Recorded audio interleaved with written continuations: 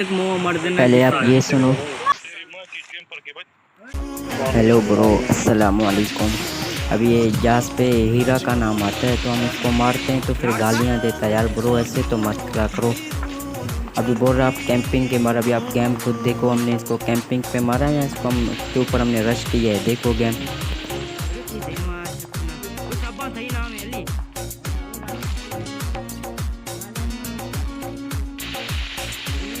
पूरा स्कोर खत्म, पूरा स्कोर 40 और गाली धरा देखो। और यहाँ पे मैं इसको मारने की कोशिश करता हूँ, एक दो शॉट लगते हैं फिर छुप जाता है।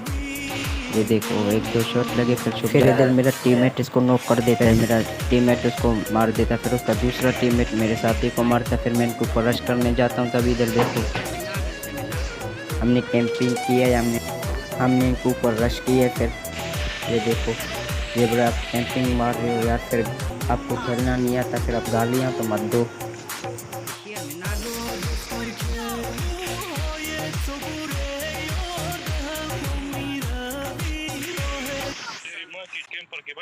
Thank you.